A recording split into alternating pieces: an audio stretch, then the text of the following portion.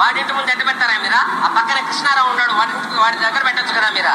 అంటే నీ ఇష్టోచితోటి పెట్టది. ఎక్కడైతే కొంచెం ఖాళీ ప్లేస్ ఉంటుందో, ఎక్కడైతే కొంచెం నీట్ గా ఉంటుందో చూసి పెడతారు, అక్కడ వేయాలా? నేను చెత్త అక్కడ. ఒరే సరే అక్కడ వేయవు.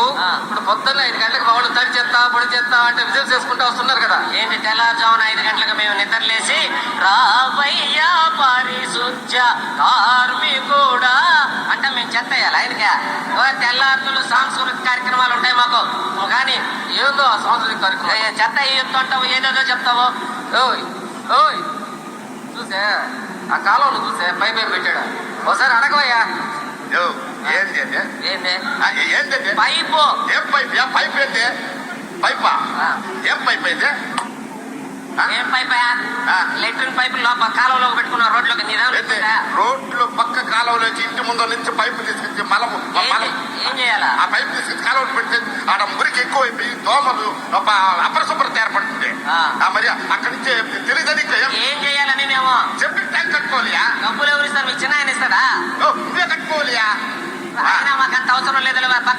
పక్కింటి ఆయన బాత్రూమ్ కట్టాడు, బాత్రూమ్ వాడుకుంటున్నాం.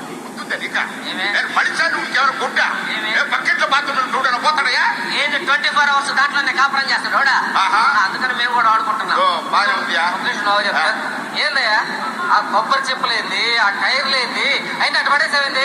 ఇప్పుడు కొబ్బరి నీళ్లు తాగాము, ఆ ఎండ పెట్టుకుని పొయ్యిలో పెట్టుకుంటాం, మీకేమి ఇబ్బంది అని? వర్షాకాలం అయ్యా, వర్షాలు వచ్చినాయంటే మొత్తం నీళ్లు చేరిపోతుంది దాంట్లో మొత్తం దోమలు చేరిపోతాయి తెలుసా? ఏమవుతుంది దోమలు చేరితే? ఏమవుతాయి? Dengue, malaria, filaria, chikungunya, mutton గున్యా లాంటివి వస్తాయి. ఏంది మటన్ గున్యా కూడా వస్తుంది సార్? అంటే ఏదో ఫ్లోలో అనేసావులే. చికెన్ గున్యా విన్నాం కానీ మటన్ గున్యా ఏడని అంటాం మనమా? ఏదో ఒకటి నోటుకు వచ్చి చెప్పారు నొక్కుతున్నావా నువ్వు? అవన్నీ తీసేసే ముందు.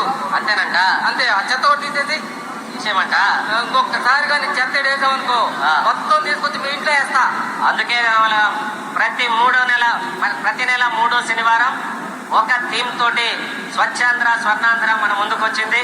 మొట్టమొదటిగా ఈ ప్లాస్టిక్ వ్యర్థాలన్నీ ఏరేటువంటి ఒక రోజు ఆ కార్యక్రమం, అలాగే ఎండాకాలంలో హీట్ తో బీట్ అనే ఒక కార్యక్రమం పెట్టి ఎండల్లో మనం తీసుకోవాల్సిన జాగ్రత్తల గురించి ప్రభుత్వం చర్యలు తీసుకోవాలని మల విసర్జన రహిత మన ప్రాంతాలు కానీ పట్టణాలు నగరాలు కూడా మన ప్రభుత్వం ఒక్కొక్క టీమ్ తో ఈ రోజు స్వచ్ఛాంధ్ర స్వర్ణాంధ్ర మన ముందుకు వచ్చింది కాబట్టి మన అందరం స్వచ్ఛాంధ్ర స్వర్ణాంధ్రలో భాగస్వాములు అవుదాం.